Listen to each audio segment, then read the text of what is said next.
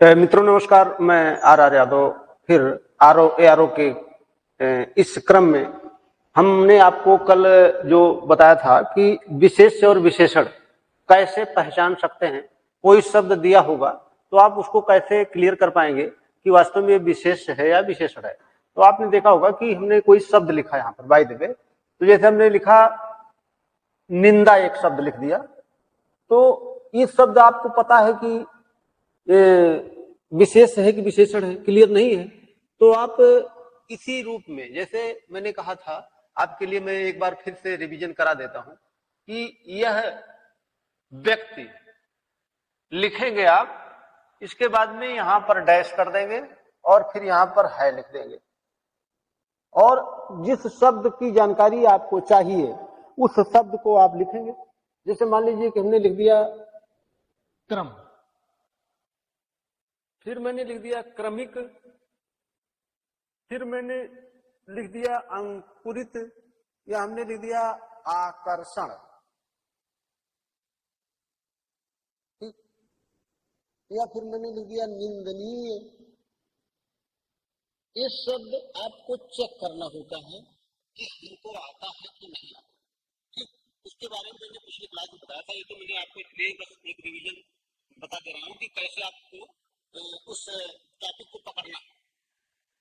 तो आप इसको यहाँ बीच में लिखिए, तो लिखेंगे अगर ये शब्द लिखने से वाक्य में कुछ त्रुटि हो जाती है, कोई समस्या हो जाती है, जैसे मान लीजिए वाक्य सही नहीं लग रहा है, तो इसका मतलब है कि ये शब्द क्या है, ये शब्द विशेष है। अगर वाक्य में कोई त्रुटि होती है तब ये शब्द विशेष है। ये क्यों विशेष है, इसके पीछे भी लॉजिक है, तर्क है। क्या तर्क है? जब मैंने आपको इसके पहले वाली क्लास में बताया था तो उसमें बताया था कि दो विशेष और दो विशेषण एक साथ नहीं रहेंगे। कैसे नहीं रहेंगे? देखिए यहां पर ये जो लिखा गया है ये विशेष है, तो इसकी शर्त होती है कि दो विशेषण और दो विशेष एक साथ नहीं रहते हैं। अगर रहेंगे तो उसके बीच में क्या लगाना पड़ेगा? कामा लगाइए, या तो और लगाइए, या तो तथा लगाइए, या एवं लगाइए, कुछ भी आपको लगाना पड़ेगा, तब जाकर के वाक्य सही हो सकता है। यानी कि दो विशेष या दो विशेषण एक साथ नहीं होगा, इसीलिए यहां पर विशेष लिखा है। अगर ये विशेष है तो वाक्य को गलत कर देगा, इसके पीछे यही लॉजिक है, ठीक है। आप समझ गए होंगे हम क्या कहना चाह रहे हैं कि ये क्यों वाक्य गलत हुआ, क्योंकि ये विशेष से था और बीच में कामा या और तथा नहीं लिखा है, इसलिए ये गलत हो गया, और तभी ये वाक्य गलत हो गया, और तभी ये विशेष है। अगर मैं इसके जगह पर निंदनीय लिख दूं तो निंदनीय लिखने से क्या हो गया कि ये वाक्य में कोई समस्या नहीं है, यह अव्यक्त निंदनीय है, मैंने लिख दिया। अब निंदनीय लिख दिया कि इसका मतलब क्या है कि वाक्य बिल्कुल सही है।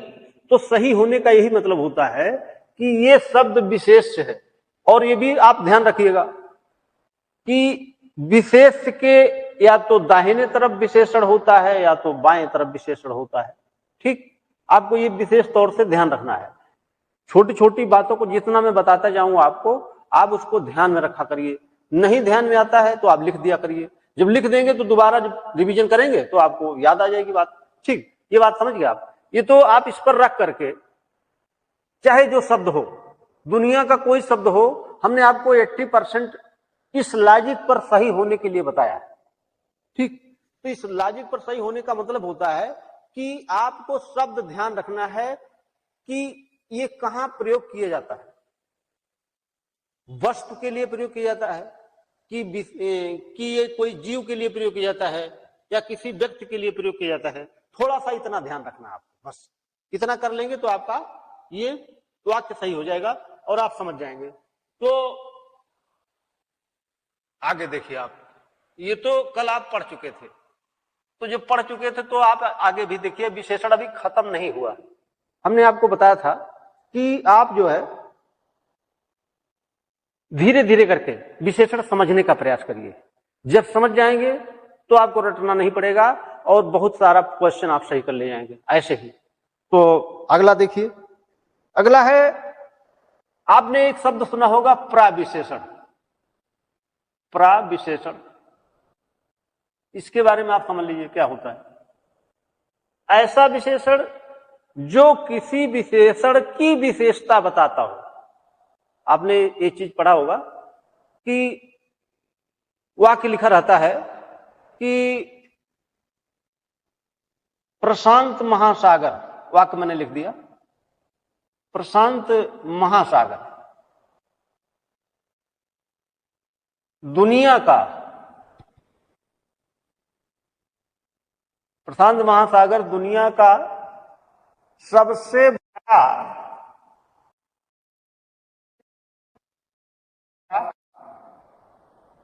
महासागर है। ठीक, सबसे बड़ा है, लिख दिया गया प्रशांत महासागर दुनिया का सबसे बड़ा महासागर है। अब आपको ध्यान रखना है कि जो इसमें मैंने विशेषण लिखा, ये विशेषण है, तो इसमें दो शब्द लिख दिए गए हैं। दो विशेषण एक साथ नहीं रह सकते हैं, ये मैंने कहा था ना। तो ये कब कब रहेंगे, या तो कामा लगा हो या तो और लगा हो, और नहीं तो क्या होगा वो, नहीं तो वो प्राविशेषण होगा। अगर आपसे कहा जाए विशेषण क्या है तो आप बताएंगे ये विशेषण है, और अगर कह दिया जाए कि प्राविशेषण क्या है तो प्रा का मतलब होता है कि जो विशेषण की विशेषता बताता हो उसे हम प्राविशेषण कहते हैं। तो ये किसकी विशेषता बता रहा है, बड़ा की विशेषता बता रहा है। बड़ा क्या है, विशेषण है। बड़ा वो किस प्रकार का है, वो सबसे बड़ा है। तो यानी कि जो सबसे शब्द है वह प्राविशेषण है, और सबसे बड़ा क्या है, ये विशेषण है। ठीक, दोनों मिला करके विशेषण है वो। आप ये नहीं कह सकते कि बड़ा विशेषण है, तब क्या होगा, तब ये इसका मतलब वो प्राविशेषण आपसे पूछना चाह रहा है। ऐसे वाक्य देगा तो आपसे कहेगा कि ये इसमें प्राविशेषण बताइए, तो नीचे विकल्प देगा कि निम्नलिखित वाक्य में प्राविशेषण शब्द है, तो लिख देगा बड़ा है, फिर लिख देगा सबसे, फिर लिख देगा महासागर, फिर लिख देगा दुनिया, ऐसे विकल्प बना देगा। तो आपको उसी में से चूज करके उत्तर देना होता है। समझ गए बात ना। तो ऐसे वाक्य दूसरा समझ लीजिए आप, लिखा रहेगा कि विराट कोहली, या मैं लिख दूं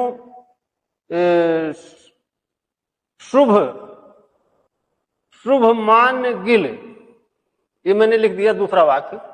शुभमान गिल दुनिया का, शुभमान गिल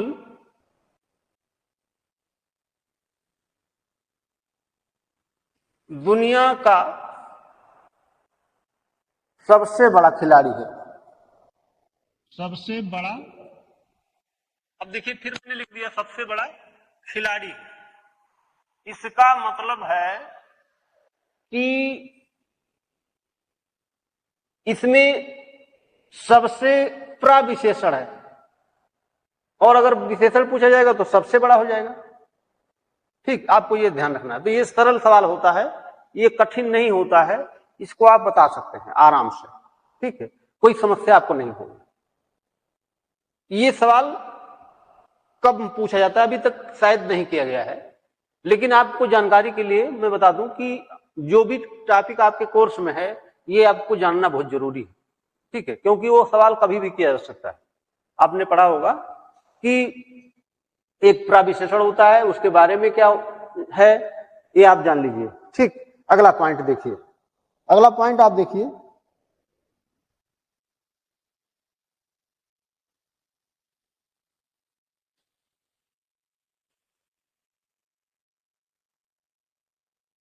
देखिए एक पॉइंट और आता है जिसका नाम है तुलनात्मक विशेषण। ये इंपॉर्टेंट है, तुलनात्मक विशेषण। ये बहुत ही इंपॉर्टेंट है, यहां से सवाल मिल जाएगा आपको।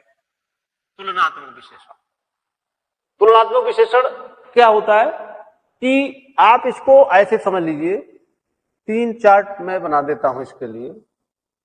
आपने पढ़ा होगा, इंग्लिश में पढ़ा होगा, आपने इंग्लिश में पढ़ा होगा positive degree, positive degree, comparative degree आपने ये इंग्लिश में पढ़ा होगा, हालांकि मैं हिंदी बता रहा हूं। और एक होता है सुपरलेटिव डिग्री। आपको याद आ गया होगा हम क्या बताना चाह रहे हैं। इसको हिंदी में हम बोलते हैं मूलावस्था, मूलावस्था। और इसको हम बोलते हैं उत्तमावस्था, उत्तमा। और इसको बोलते हैं उत्तरावस्था, उत्तरावस्था। जब आप इंग्लिश में पढ़े थे तो positive degree, comparative degree, superlative degree पढ़े थे ना। लेकिन यहां पर हिंदी में क्या है, इसी को बोलते हैं मूलावस्था, उत्तरावस्था, वो उत्तमावस्था, उत्तरावस्था। ठीक, ये जो है, आप थोड़ा सा इसको सुधार कर लीजिए। ये जो है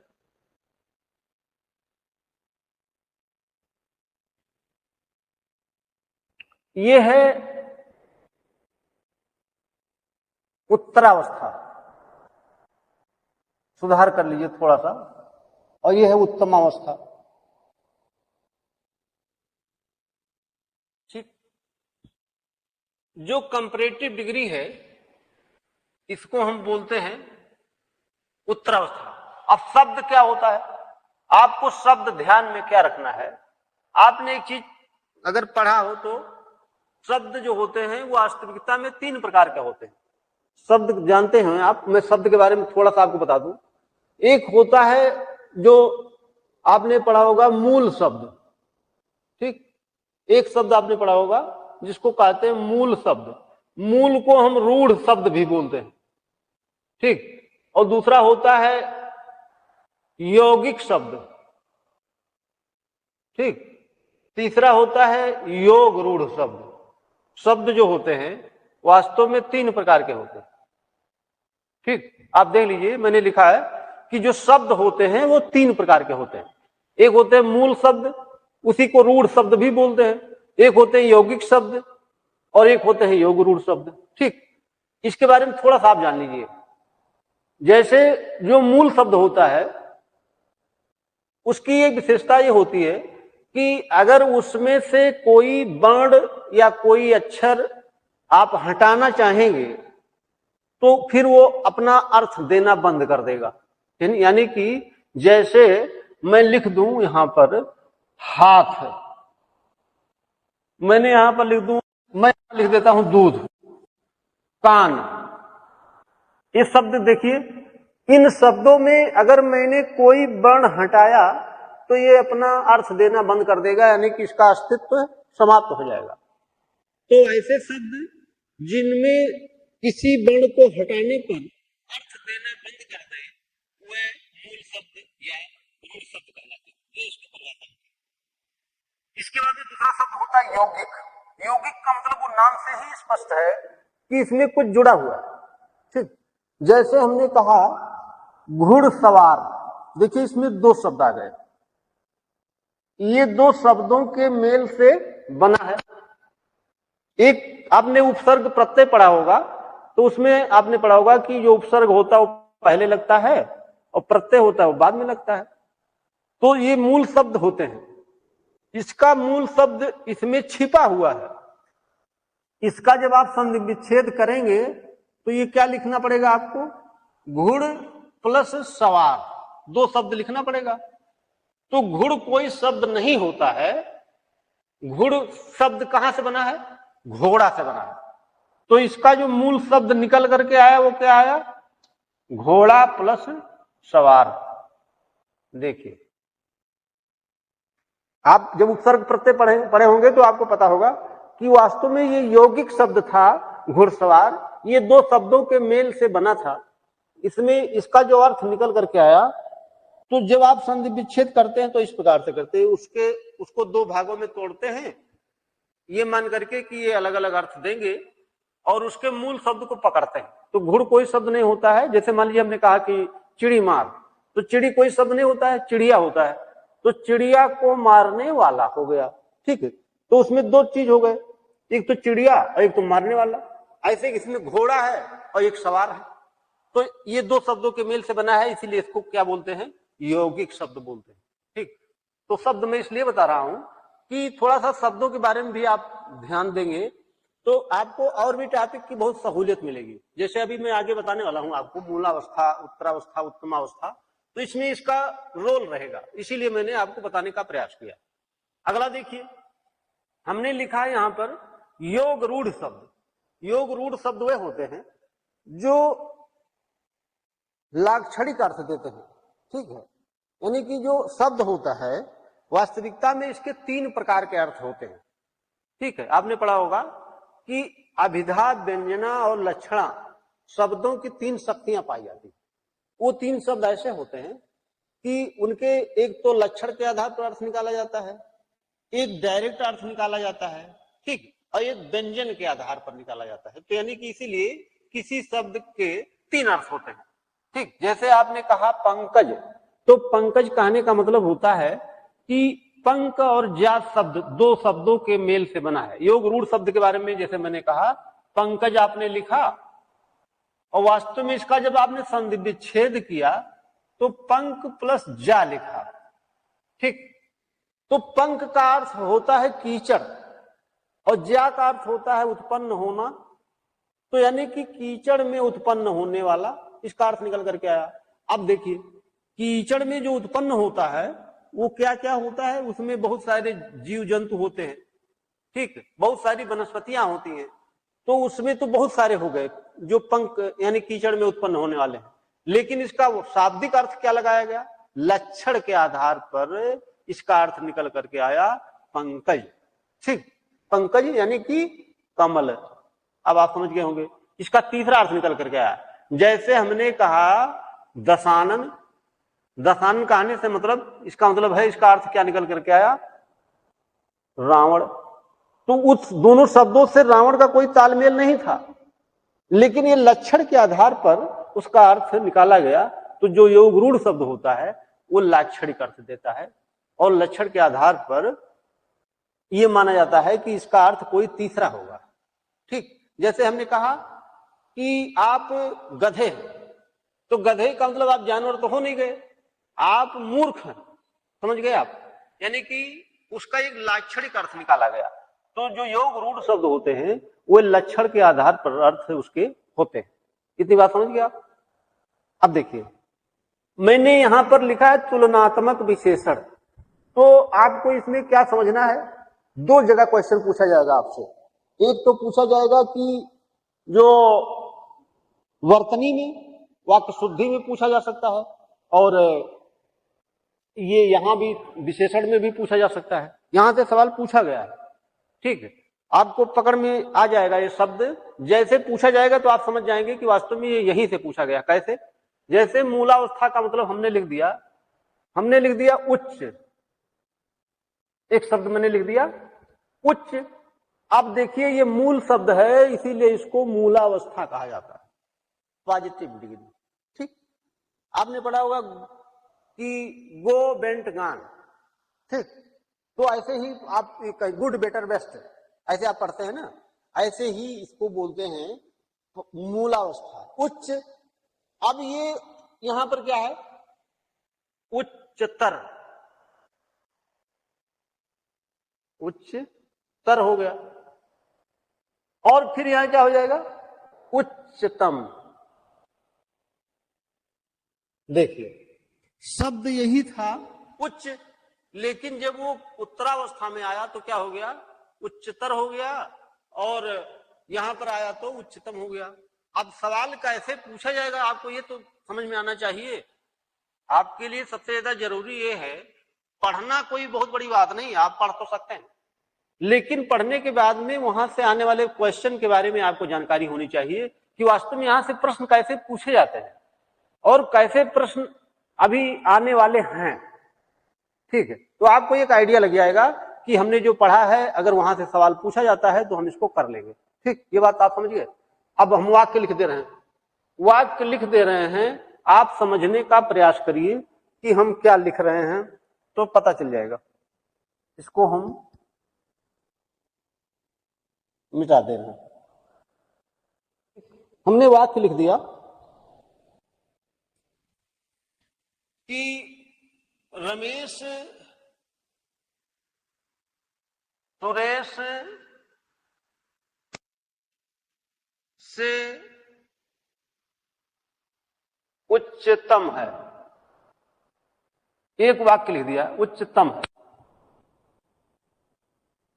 ये वाक्य लिख दिया, रमेश सुरेश से उच्चतम है। और ऊपर क्वेश्चन क्या था, निम्नलिखित वाक्यों में शुद्ध वाक्य छांटिए, निम्नलिखित वाक्यों में शुद्ध वाक्य छांटिए या शुद्ध वाक्य का चयन कीजिए। तो उसमें बहुत सारे और वाक्य होंगे, ठीक है। तो आपको कैसे पकड़ में आएगा एक सवाल, यहां पर दो लोग होते हैं, यहां पर संख्या कितनी होती है, दो की, ठीक। कंपैरिजन किसमें किया जाता है, दो लोगों में। अब आपको ये समझ में आना चाहिए कि ये क्योंकि दो लोग हैं तो यहां पर उच्चतम लिखा हुआ है, इसका मतलब ये वाक्य क्या है, गलत है, ठीक, समझ गए आप। उत्तमावस्था में बहुत सारे लोग होते हैं, यहां पर गिनती नहीं होती है, दो से ज्यादा होंगे, ठीक। एक होता तो उच्च होता, दो है तो उत्तरावस्था है, दो से ज्यादा है तो क्या होगा, उत्तमावस्था होगा। ये आपको ध्यान रखना है, ठीक। अब ये वाक्य क्यों गलत हुआ, पकड़ में आ गया आपको। उच्चतर यहां होना चाहिए था, यहां पर क्या होना चाहिए था, उच्चतर, तब ये वाक्य क्या होता, सही होता। तो हमने क्या किया था, उच्चतम लिख दिया था। अब ये यहां पर मैं अगर उच्चतर लिख दूं तब ये वाक्य बिल्कुल सही है, ठीक। अब ये वाक्य बिल्कुल सही है, समझ गए आप। एक तो ये सवाल हो गया। दूसरा प्रश्न करेगा, कोई शब्द दे देगा, जैसे उसने लिख दिया महत, पूछा आपसे कि महत किस प्रकार का विशेषण है, अब विकल्प देगा उत्तरावस्था, उत्तमावस्था, मूलावस्था, उपयुक्त तीनों, ठीक। तो विकल्प को भी ध्यान में रखना है आपको कि किस प्रकार से क्वेश्चन किया जाएगा यहां से, ठीक है। तो ये इसका उत्तरावस्था क्या होगा, महत्तर, और इसका क्या होगा, महत्तम, ठीक। आपने पढ़ा होगा, बहुत सारे शब्द हैं, मैं कितना उदाहरण दे दूं, लघु है, तो आप समझ गए होंगे कि इसका जो उत्तरावस्था है लघुत्तर है, इसका जो उत्तमावस्था है लघुत्तम, ठीक। हमको लगता है कि अब आप समझ गए होंगे, इसमें बहुत कठिनाई नहीं, बहुत सरल है, ठीक, सरल है, इसलिए आप परेशान नहीं होंगे। आसानी से एक बार दो बार जैसे ही पढ़ेंगे तो आपको ये याद आ जाएगा, रिकॉल हो जाएगा, ठीक। और जैसे जैसे मैं बता रहा हूं आपको, धीरे धीरे करके आप विशेष और विशेषण को पकड़ने का प्रयास करिए। हमने पहले ही बताया था कि कोई किताब ऐसी नहीं है जो आपको बता दे कि वास्तव में ये विशेष है, ये विशेषण, ठीक, क्योंकि सारे लोग इससे भागते हैं। ये ऐसा टॉपिक ही, चाहे वासुदेव प्रसाद हो, चाहे वो राघव प्रकाश की किताब हो, चाहे पृथ्वीनाथ पांडे हो, चाहे सुधाकर तिवारी हो, यानी चाहे हरदेव बाहरी हो, यानी जितने भी राइटर हैं वो क्या किए हैं कि विशेषण से भागने का प्रयास किए हैं। ये इसीलिए क्योंकि इसमें इतना विवाद और इतना कठिन है कि इस पर कोई उलझना नहीं चाहता, ठीक। ये तो हमने ऐसे ही आपके लिए प्रयास किया, क्योंकि हम भी एक स्टूडेंट ही हैं, हम भी तैयारी कर रहे हैं और करते थे, तो इसका मतलब है कि हमारे अंदर वो क्यूरियोसिटी थी, तो मैंने प्रयास किया, इस पर ध्यान दिया, इस पर खोज किया, तब आपके लिए कुछ मैटर में खोज पाया। तो प्रयास किया गया है कि आपके लिए ज्यादा से ज्यादा सुलभ बनाया जाए, सरल बनाया जाए। जैसे आपने पढ़ा होगा कि वाल्मीकि रामायण संस्कृत में लिखा गया ना, लेकिन तुलसीदास जी ने उसको सरल तरीके से सबको समझने के लिए अवधी भाषा में रचित किया, अवधी भाषा में रचा। क्यों? क्योंकि सबके लिए सुलभ हो जाए, ऐसे ही प्रयास किया गया है, आप ऐसे समझ लीजिए, ठीक। ये बात समझ गए आप। अब देखिए इसके बाद में विशेषण में क्या है आपको समझना है। देखिए हमने कुछ विशेष और विशेषण यहां लिखा है, आपको ट्रिक बताया था। ट्रिक क्या बताया था? हमने बताया था कि कोई शब्द है उसको छांटना है कि विशेष है कि विशेषण है, तो उसके लिए एक ट्रिक बताया। आप कोई शब्द मिले तो उसको प्रयास करिए उसी ट्रिक पर रख करके, जब समझ में ना आए तब आप ऐसे शब्दों को एक जगह नोट डाउन कर दीजिए। मैंने 80% की गारंटी लिया था ना, तो 20% आपको मैं नोट मुहैया करा दूंगा, समझ गए आप ना, या मैं इस बोर्ड पर लिख दूंगा, इसको तो नोट कर सकते हैं आप। जो किसी ट्रिक पर काम नहीं, कोई ट्रिक काम नहीं करेगी, किसी ट्रिक पर बेस्ड ही नहीं है, तब क्या करेंगे आप? तो उसका एक विकल्प बचता है कि आप उसको ध्यान में रखिए, उसका रिवीजन करिए, उसको पढ़िए, उसको याद करिए। और कोई विकल्प है? और कोई विकल्प नहीं है, केवल और केवल याद करना है। समझ गए आप? अब देखिए, विशेष से विशेषण मैंने लिखा है, ठीक, इसलिए कोई ट्रिक काम नहीं करेगी। विषाद मैंने लिखा है, विषाद का विशेषण विषण होगा। विषाद मतलब दुख, ठीक, और विषण मतलब दुखी। समझ गए आप? पुरुष का पौरुषेय होता है।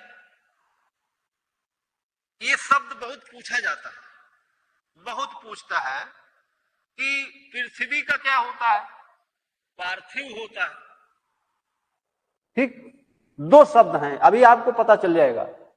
स्त्री का क्या होता है? स्त्रैण होता है। ये सवाल सारे पूछे गए हैं, मैं आपको बता देना चाहता हूं। इसमें जितना लिखा है शब्द, मैं इतना जरूर कह सकता हूं कि इसी में से ही एक दो प्रश्न फंस जाएगा आपका, कम से कम। और मैं तो बहुत गारंटी के साथ पढ़ाता हूं, मैं तो ये आपसे बोल चुका हूं कि 55 नंबर आपका आएगा। तो कैसे आएगा? आप ये समझिए कि आप कुछ करिए मत और आ जाए, तो ये पॉसिबल नहीं है। इसके लिए क्या करना पड़ेगा? इसके लिए आपको हमारे साथ में कुछ मेहनत तो करना पड़ेगा।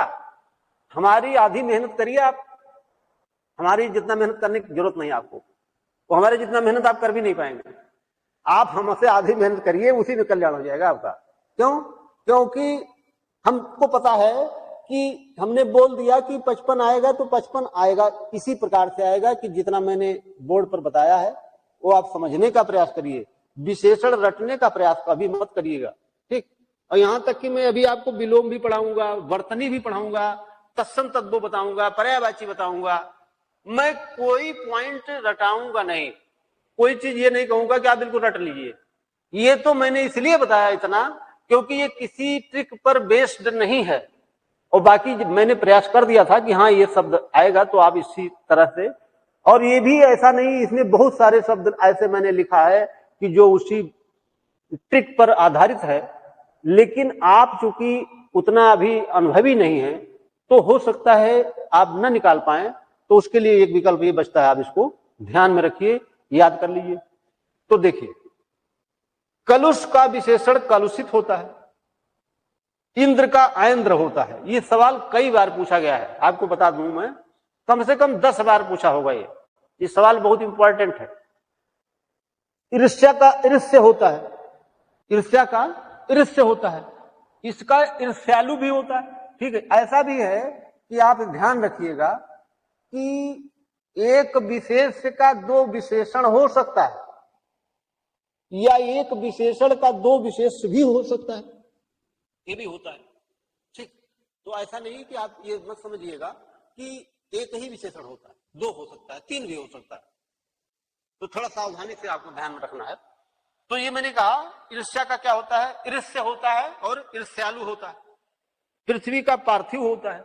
अब देखिए, यहां पर मैंने पृथ्वी का पार्थिव लिखा है, ठीक, और यहीं पर एक शब्द मैंने और लिखा है, पृथु का पार्थ लिखा है। ध्यान दीजिएगा आप, दोनों शब्दों में अंतर है। अभी मैं इस पर आता हूं तो बताता हूं, पहले आप ये ध्यान दीजिए। यहां तक मैंने आपको बता दिया। वसुदेव, ये इंपॉर्टेंट है, ये जो बीच में मैंने लिखा है ये बेहद इंपॉर्टेंट है। आपने पढ़ा होगा, ये भगवान श्री कृष्ण का नाम है, क्या? वासुदेव।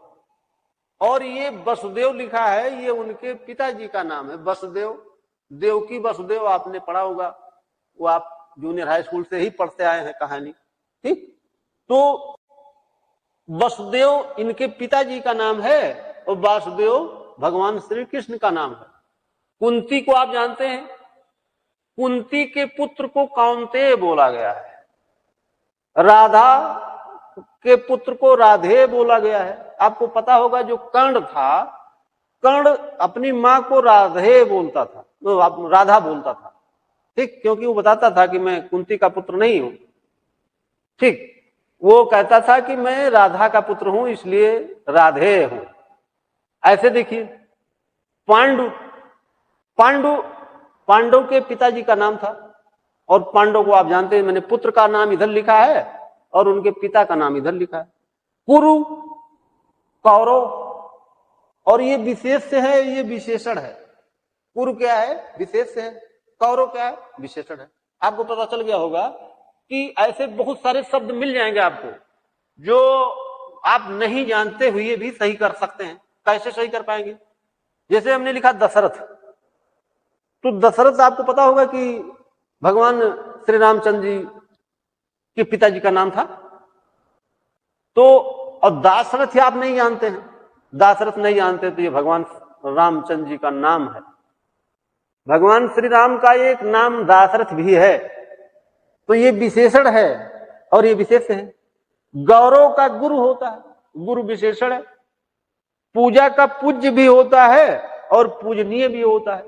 ये दो प्रकार से इंपॉर्टेंट है। किस प्रकार से? एक तो बर्तनी में खूब पूछा जाता है कि वो लिख देगा पूजनीय, पूजनीय शब्द गलत होता है। क्या होता है? पूजनीय, या तो पूजनीय सही होगा या तो पूज्य सही होगा। ठीक, ये बात क्लियर? ये शब्द बहुत ही इंपॉर्टेंट मैंने कहा है, ठीक है। इसके बाद देखिए मनु, मनु शत्रुपा नाम आपने कहानी सुना होगा पौराणिक कथाओं में। तो उनके पुत्र कौन है? हम सभी लोग हैं। तो हम लोग सभी लोग क्या है? मानव है। तो मानव है तो किसके पुत्र हैं? मनु के पुत्र हैं। मनु शत्रुपा के पुत्र हैं, आप ध्यान रखिएगा। इसके बाद में पृथु, पार्थ,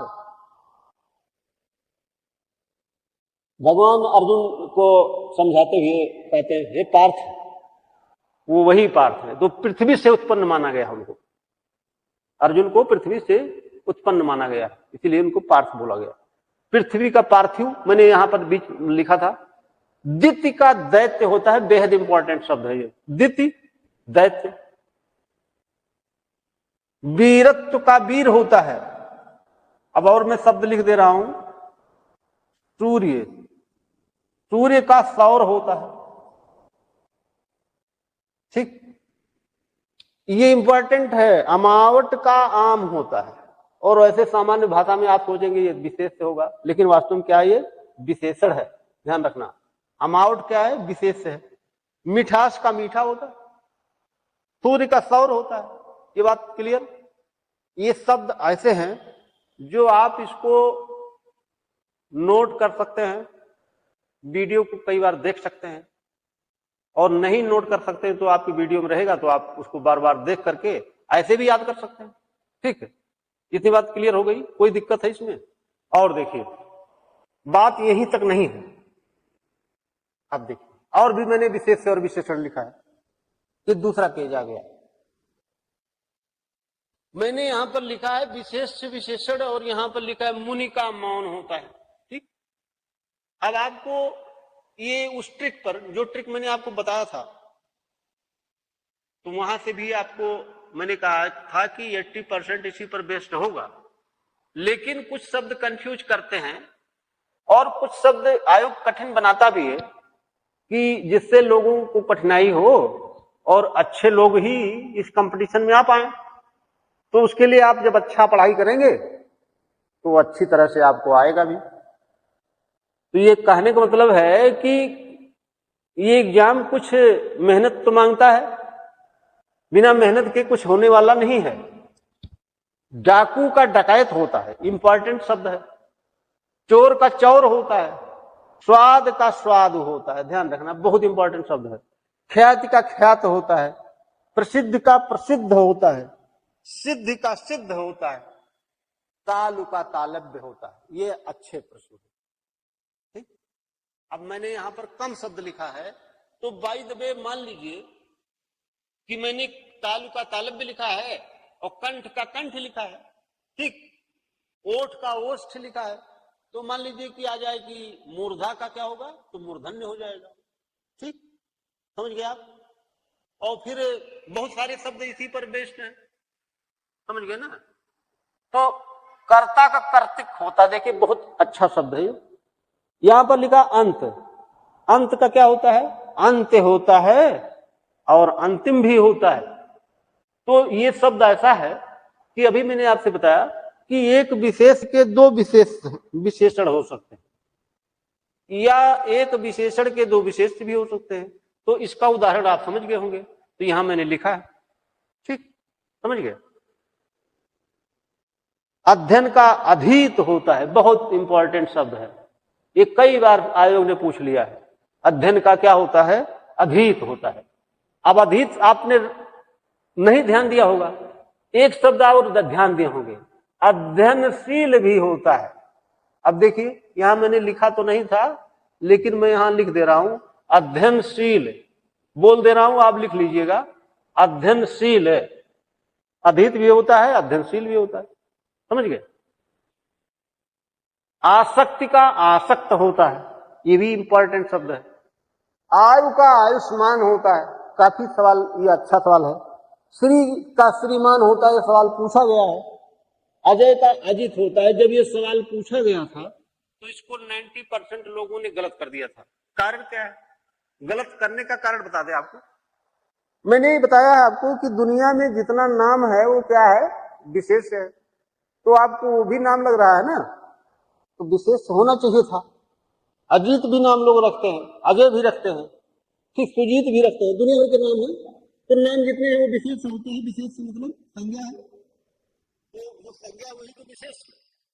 तो क्यों ये विशेषण हो गया, ये प्रश्न, नाम है तो क्यों विशेषण हो गया। तो नाम है तो विशेषण इसलिए हो गया क्योंकि इसके अर्थ के आधार पर विशेषण निकाला गया, अजय से अजित बन गया। ठीक, यानी कि जो कभी पराजित ना हो वो अजय है। ठीक है, अब उसके अंदर वो गुण है अजित का, कभी वो पराजित नहीं, कभी वो जीता ही नहीं गया, तो वो अजित है।